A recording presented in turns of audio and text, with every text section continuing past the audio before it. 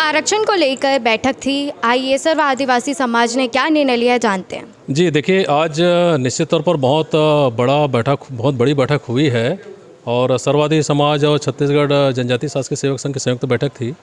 इसमें माननीय विधायक और माननीय मंत्री जी को भी आमंत्रित किया गया था और उन्होंने समाज के आमंत्रण को उन्होंने स्वीकार करते हुए आज बैठक में शामिल भी हुए। और हमने सभी पार्टी के विधायक को बुलाए थे, भाजपा हो चाहे कांग्रेस हो, चाहे सभी लोगों को बुलाया गया था।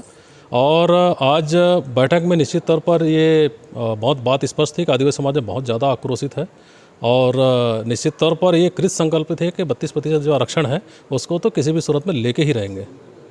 वो कई ऐसे समाज है जिसको आदिवासी समाज में जोड़ा गया है, आप उसके बारे में क्या बोलना चाहेंगे? नहीं, बिल्कुल स्वागत योग्य बात है। ये तो जो 12 जो जनजाति हैं, जिसमें सौरा जाति है, जनजाति है, पंडो जनजाति है, इस प्रकार से लगभग 12 इसकी लड़ाई तो हम तो 2005 से लड़ रहे हैं, 2005 से। और हर फोरम में, चाहे राज्य सरकार हो, चाहे केंद्र सरकार हो, चाहे अपने बिलासपुर हाई कोर्ट हो, सब जगह हम लोग ने बहुत ही तगड़ा हम लोग ने फाइट किया है। और बड़ी खुशी की बात है कि इसको जो संसद में अब वो प्रस्तुत होने जा रहा है। लेकिन लोगों का तो ये कहना रहता है कि आदिवासी समाज को ज़्यादा मतलब कि वो मिलता है, आरक्षण मिलता है, और पर भी कई ऐसे आरक्षण जो रहते हैं उनके हक के, वो भी छीन लिया जाता है। आप उसके बारे में क्या बोलते हैं? देखिए, आदिवासियों का अधिकारियों को तो पिछले 75 साल से छीना जा रहा है। ये तो दर्जनों क्या सैकड़ों उदाहरण है, आज भी छीना जाता है। ये जो 32% आरक्षण का छीनना, ये भी क्या है? ये तो एकदम करने बोलता ना कि बिल्कुल जो दिन दहाड़े छीन लेना, ये तो उस प्रकृति का है। आज जैसे ही वो जजमेंट आया, लोक सेवा आयोग का रिजल्ट रोक दी गई, व्यापम का रिजल्ट रोक दी गई। अब हम इस बात को लेकर बहुत ज़्यादा आशंकित हैं कि वो उसमें जो एडवर्टाइजमेंट जो किया गया था 32% के हिसाब से, वो उसी हिसाब से हमको रिजल्ट चाहिए।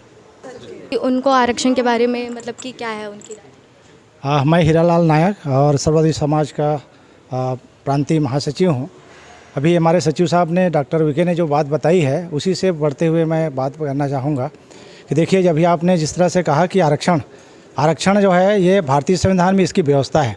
हमको पता है 26 जनवरी 1950 से हमारा संविधान जब से लागू हुआ है, तभी से ही ये आर्टिकल 16 में इसका उल्लेख है कि जो राज्य जो हैं इस तरह के जो अनुसूचित जाति, जनजाति और जो जिसको पिछड़ा कह सकते हैं, इनके कल्याण के लिए जो है ऐसा विधायन या एक्ट या कानून बना सकती है जिससे इनके वर्ग के लोगों की भलाई हो, ये लोग जो है इनका एडवांसमेंट हो, इनका उत्थान हो। ये जो 32% की जो बात हो रही है, ये ऐसे ही नहीं हुआ। मैं बताना चाहूँगा 2001 की जो जनगणना हुई थी, उसमें जो ट्राइबल पॉपुलेशन था उसके अनुपात पे 32 से अधिक प्रतिशत था। इसलिए 32% आरक्षण यहाँ पे जो है भारत सरकार ने जो अपने एक सर्कुलर जारी किया 5 जुलाई 2005 को, उसमें कहा कि छत्तीसगढ़ राज्य में यदि कोई केंद्र सरकार का कोई उपक्रम हो, विभाग हो, यदि वहाँ भर्ती होती है तो उसको 32% आरक्षण ट्राइबल को, 12% उसको और 6% आरक्षण जो है अन्य पिछड़े वर्ग को। इस तरह से इंदिरा साहनी के प्रकरण में जब 16/12/1992 को जब निर्णय हुआ था, तो उसके ध्यान तो गवर्नमेंट को रहा होगा जब ये नोटिफिकेशन 12 में जारी किए हैं। यहाँ पे तमिलनाडु सरकार में इस आदेश के पश्चात इंदिरा साहनी के मामले में उन लोगों ने इतनी तत्परता से अपने ऑल पार्टी मीटिंग करके, स्पेशल सत्र बुला करके, वहाँ एक एक्ट बनाने के से पहले विधायक होता है, विधायक पारित करके उसको भारत सरकार को भेजे उस टाइम पे 93 में, और उसके बाद से भेज करके उसने जो है उसको भारत सरकार से रिक्वेस्ट किया, जिसमें महामहिम राष्ट्रपति जी को भारतीय संविधान के जो आर्टिकल 31C है, जिसके तहत जो है किसी विषय को, जो इस तरह के जो हैं वो विषय होते हैं, यदि उसको भारत के संविधान के 9वीं अनुसूची में डाल दी जाती है तो जुडिशियल रिव्यू के बाहर हो जाती है। तो इस तरह से 69% जो आरक्षण है तमिलनाडु सरकार में बहुत पहले से 76वें संविधान संशोधन के माध्यम से वो प्राप्त कर रहे हैं, और वो अभी तक जो है उसका लाभ उनको प्राप्त हो रहा है। यहाँ 50% के जहाँ तक बात हो रही है, जो इंदिरा साहनी के मामले में कहा गया कि 50 से अधिक नहीं हो सकता है और उसके लिए स्पेशल सर्कमस्टेंसेस बताने की ज़रूरत है, तो वो विशेष स्पेशल सर्कमस्टेंसेस यहाँ क्यों प्रिवेल नहीं करता है? ये शेड्यूल एरिया का क्षेत्र है, यहाँ बहुत सारे क्षेत्र है, पूरा बस्तर संभाग, पूरा जो है सरगुजा संभाग और इसके कई आंतरिक ज़िले जो हैं, इसमें से ट्राइबल लोग प्रोमिनेंटली रहते हैं, और इसलिए वो पेश एक्ट से भी गवर्न होता है, जिसमें पंचायत का प्रोविजन एक्सटेंशन जो पंचायत एक्ट जो कहते हैं वो 96 में इसलिए बना ना, क्योंकि ट्राइबल क्षेत्र में यदि सरपंच जो है अगर ट्राइबल बन जाएंगे तो उसके हित की रक्षा कैसे होगी? तो आप देखेंगे ट्राइबल क्षेत्र में सारे सरपंच समस्त उस पंचायतों के जो ट्राइबल क्षेत्र में होते हैं उसके जो चेयरपर्सन है, सरपंच ट्राइबल होता है, जनपद पंचायत के अध्यक्ष ट्राइबल होता है, जिला पंचायत के अध्यक्ष ट्राइबल होते हैं। इस तरह से इसका हित कंजर्व करने के लिए सरकार जो है विशेष अधिनियम बनाते हैं।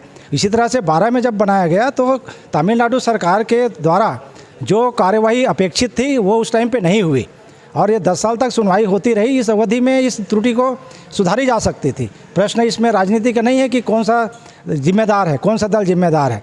जिस क्या बोलते हैं पिटीशन दायर हुआ 2012 में, उसी दौरान 12 पिटीशन दायर हो गए। अब 12 से इस मुद्दे को लेकर सरकार की क्या मंशा है? सरकार की मंशा हमें ज्ञात तो नहीं है, क्योंकि सरकार की मंशा से निश्चित तौर पे वो जन कल्याण की होगी, क्योंकि यहाँ बहुतायत में ट्राइबल ट्राइब रहता है।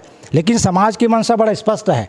ये जब से 19 तारीख से जजमेंट आया हुआ है तब से भांति भांति के लोगों में संदेह है और वो चाहते हैं कि समाज को न्याय मिले, जितना उसका पॉपुलेशन उसका मिलना चाहिए। एडिक्वेट रिप्रेजेंटेशन की बात करता है सुप्रीम कोर्ट जो है, तो एडिक्वेट रिप्रेजेंटेशन हमारा नहीं है ना, इसलिए तो आरक्षण है और इसलिए आरक्षण को इंश्योर करने के लिए जो समाज आगे आया है।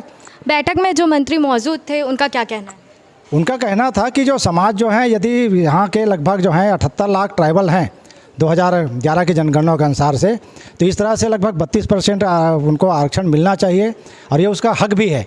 लिहाजा उनका यही कहना था कि वो शासन को कन्विंस करेंगे कि इनके हितों की रक्षा की जाए, क्योंकि कल्याणकारी राज्य में जो आर्टिकल 46 राज्य के निर्देशक तत्वों का सिद्ध होता है, उसमें राज्य को ऐसे नियम बनाने के अधिकार हैं जो उस राज्य के इस अनुसूचित जाति जनजाति के हितों की रक्षा कर सके। तो राज्य ऐसा करेंगे, ऐसा उम्मीद है।